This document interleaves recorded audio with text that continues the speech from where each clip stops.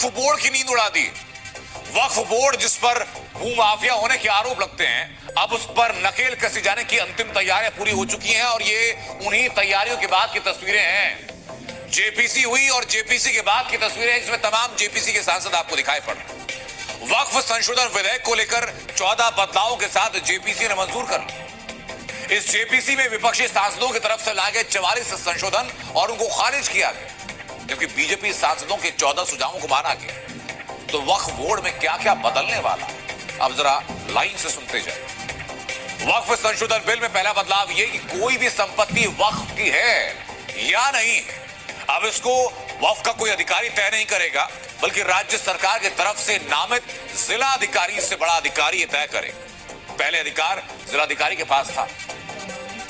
संशोधन बिल में बदलाव यह कि राज्य वक्फ बोर्ड और केंद्रीय वक्फ परिषद में 2 गैर मुस्लिम सदस्यों का होना जरूरी है। पहले व्यवस्था नहीं थी, सारे मुस्लिम सदस्य होते थे और पदेन सदस्यों को इससे अलग रखा गया। मतलब नामित सदस्यों में से 2 सदस्यों का गैर मुसलमान होना जरूरी है और इससे कोई फर्क नहीं पड़ेगा कि जो पदेन सदस्य हैं, जो बाकी जो सदस्य हैं, वो गैर मुस्लिम है या नहीं। संशोधन बिल में तीसरा बदलाव ये कि वक्फ संपत्ति को पंजीकृत होना होगा, यानी रजिस्ट्रेशन होगा। पहले की जो वक्फ संपत्ति है उसका रजिस्ट्रेशन होना जरूरी होगा।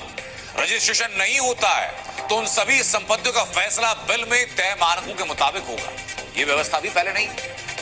चौथा बदलाव यह कि वक्फ किसी जमीन पर दावा करता है तो जमीन का दावेदार ट्रिब्यूनल तो जा ही सकता है, लेकिन ट्रिब्यूनल के साथ साथ वो रेवेन्यू कोर्ट जा सकता है, वो सिविल कोर्ट जा सकता है, वो हाई कोर्ट तक जाकर अपील कर सकता है। जबकि अभी तक व्यवस्था ये थी कि वो सिर्फ और सिर्फ वक्फ के ट्रिब्यूनल में ही अपील कर सकता था। और खबर ये भी कि मंजूर किए गए 14 प्रस्तावित बदलावों पर 29 जनवरी को मतदान होना है और अंतिम रिपोर्ट का वक्त तय किया गया है 31 जनवरी। हालांकि जेपीसी में शामिल विपक्षी जो सांसद हैं, ये जो सदस्य हैं, वो उन तमाम संशोधनों का विरोध कर रहे हैं। हमारी अंतिम बैठक थी कि उस 44 संशोधन पे आप इस पे सहमत हैं या इस पे असहमत हैं, तो सभी सदस्यों के द्वारा, चाहे किसी पक्ष के हों, उन लोगों ने अपने संशोधन दिए थे और आज उसमें जो हमारे कुछ सांसदों के द्वारा दिए गए थे उसमें 14 कागज पे या 14 संशोधनों में संशोधन स्वीकार हुआ है। वो भी संशोधन मूव करने पे वोटिंग के बाद बहुमत के आधार पर। आप रजिस्ट्री की बात कर रहे हैं, रजिस्ट्री तो 1906 में शुरू हुई। 90% प्रॉपर्टी तो 1906 से पहले की है, तो उनकी रजिस्ट्री कहां से आ गई? ये पूरी तरह से देखिए, ये पूरी तरीके से संविधान के धज्जियां उड़ाने वाला कानून होगा। वक्फ बोर्ड की एक और खबर दिखाता हूं आपको शाहीन बाग का प्रदर्शन याद होगा, जहां कहा जाता था कि कागज नहीं दिखाएंगे, लेकिन अब यही कागज वक्फ बोर्ड की जमीन खोरी पर आखिरी कील साबित होने वाले। एक तरफ पूरे देश में वक्फ माफ कीजिएगा, एक तरफ पूरे देश में वक्फ संशोधन बिल लागू होने का काउंटडाउन शुरू हो चुका है, तो दूसरी तरफ जमीन खोर वक्फ बोर्ड के सच से पर्दा भी हटने लगा है। कैसे हट रहा है दिखाता हूं आपको। उत्तर प्रदेश से लेकर मध्य प्रदेश तक मस्जिद, कब्रिस्तान और मजार पर वक्फ के दावे की धज्जियां उड़नी शुरू हुई। लखनऊ से भोपाल तक वक्फ संपत्तियों पर चौंकाने वाले खुलासे हो रहे हैं। यूपी के शिया सुन्नी वक्फ बोर्ड के पास करीब 1,27,000 वक्फ संपत्ति कागज नहीं है, लेकिन इनके वक्फ किए जाने का कोई सबूत भी नहीं। तो जब कागज नहीं तो वक्फ का दावा कैसे? तो वहीं भोपाल की जामा मस्जिद समेत वक्फ की 1500 करोड़ की जायदाद पर भी शत्रु संपत्ति के दायरे में आने की तलवार लटक रही है।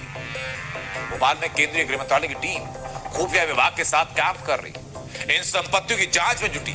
लेकिन उसके पहले आपको बताऊं कि वक्फ संशोधन बिल पर असदुद्दीन ओवैसी का डर कैसा है, जिसमें वक्फ प्रॉपर्टीज जुड़े कागजात नहीं होने के साइड इफेक्ट बता रहे हैं। ये अगर कानून बन जाएगा, उत्तर प्रदेश में 1,21,000 वक्फ की प्रॉपर्टीज है, 1,12,000 के पास कागज ही नहीं है। वक्फ का यूजर खत्म हो गया तो जायदादें कौन लेगा? वो जायदादें कौन लेगा बताओ? तुम्हारे पास लीगल उसके ऊपर इख्तियारी नहीं होगा, कोई भी घुस जाएगा। तो क्या 15 मिनट वाले भाईजान की कथित भविष्यवाणी सच साबित होने वाली? उत्तर प्रदेश में वक्फ बोर्ड की 1.25 लाख संपत्तियों कागज कहां गए, या फिर कोई कागज थे ही नहीं? दरअसल यूपी में वक्फ की संपत्तियों को लेकर चौंकाने वाले दावे सामने आ रहे हैं। उत्तर प्रदेश में सुन्नी और शिया वक्फ बोर्ड के रिकॉर्ड में 1,24,837 वक्फ प्रॉपर्टी हैं, जिनके आंकड़े में दिखा रहा हूं आपको। 1 लाख से ज्यादा वक्फ प्रॉपर्टी, लेकिन इनमें से सिर्फ 3,000 प्रॉपर्टीज ऐसी हैं जो कि राजस्व के रिकॉर्ड में। लेकिन वक्फ जिन 1.25 लाख संपत्तियों पर दावा कर रहा है, उनमें से सिर्फ 2.5% का ही तहसील से वक्फ के पक्ष में ट्रांसफर कराया गया। यानी राजस्व रिकॉर्ड में संपत्तियां वक्फ के बजाय किसी दूसरे नाम से दर्ज हैं, वक्फ के नाम से दर्ज नहीं। और ये मामला तब सामने आया जब इलाहाबाद हाईकोर्ट के एक आदेश के बाद शासन ने वक्फ संपत्तियों की जांच शुरू की, लेकिन फिर इन दावों पर हंगामा भी शुरू हुआ। हमारा दावा रहा है कि वक्फ बोर्ड देश का सबसे बड़ा भूमाफिया है। इन्होंने धारा 37 जो वक्फ बोर्ड की है उसका भी उल्लंघन किया। इन्होंने तहसील के रिकॉर्ड्स में इनको दर्ज नहीं कराया, क्योंकि उसमें बताना पड़ता है कि ये जमीन वक्फ के पास कहां से आई, नोटिफिकेशन के पहले। सरकार का ये कहना है कि सिर्फ 2.5% जो प्रॉपर्टी है वो वक्फ की है, ये सरासर गलत है, बेबुनियाद है। और इसका क्या पैमाना है और ये कहां से रिपोर्ट आई है, ये भी इस पर भी सवालिया निशान खड़ा होना चाहिए। ये दोनों पक्षों की बातें आपने सुनी। अब मैं बताता हूं आपको कि उत्तर प्रदेश में वक्फ बोर्ड कैसे बिना कागज के, बिना प्रॉपर्टी के अपना दावा ठोकता है। इसकी जुड़ी ग्राउंड रिपोर्ट आप देखिए। लखनऊ के तौटरा एरिया में लगभग 37 बीघे का मामला है, जहां पर वक्फ अपना दावा कई साल से कर रहा है, मगर वक्फ ने ना कागज दिखाए यहाँ तक अपने पास। पीछे एक मकबरा बना दिया है यहाँ पर, उस मकबरे के आधार पे भी, और तमाम ऐसी संपत्ति पूरे 37 बीघे पड़ी हुई जिसपे वक्फ दावा कर रहा है। और जो पीड़ित लोग हैं वो लगातार इसको लेकर वक्फ से कहते हैं कि अपने कागज दिखाइए, मगर वक्फ अपने कागज नहीं दिखाता है। हम लोग के पास 1862 के पेपर हैं और सन 1300 जो जब देश हमारा आज़ाद हुआ था तो 1362 की जो फसली बनी थी, पहली आज़ाद भारत की पहली फसली, उसमें पूरे के पूरा मालिकाना हक हम लोग का ही दिखाया गया था। उसके बावजूद भी वक्त उसको बताता है कि हमारी प्रॉपर्टी है। ये वहाँ पे किसी भी तरह का कोई भी पेपर लेके वहाँ पे मौजूद नहीं होते हैं और उनसे टाइम मांगते हैं कि आज दिखाएंगे, कल दिखाएंगे, परसों दिखाएंगे, लेकिन आज तक की कभी कोई पेपर राजस्व से संबंधित नहीं दिखा पाए हैं। अब एक तस्वीर आपको भोपाल की भी दिखाता हूं, जहां भोपाल की जामा मस्जिद भी वक्फ के हाथ से जाने वाली। और सिर्फ भोपाल की जामा मस्जिद नहीं, बल्कि भोपाल में वक्फ की गई करीब 1500 करोड़ की प्रॉपर्टी के शत्रु संपत्ति के दायरे में आने की संभावनाएं बन रही हैं।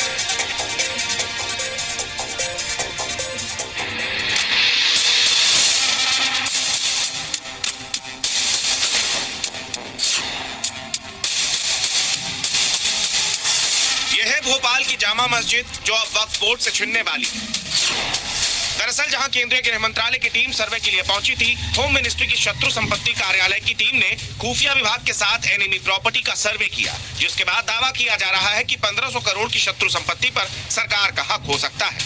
ये वो प्रॉपर्टी है जिन्हें भोपाल रियासत के आखिरी नवाब हमीदुल्लाह खान ने औकाफ शाही घोषित किया था, यानी वक्फ कर दिया था। तत्कालीन नवाब ने मर्जर एग्रीमेंट के तहत 1500 करोड़ की संपत्ति हो सकता है।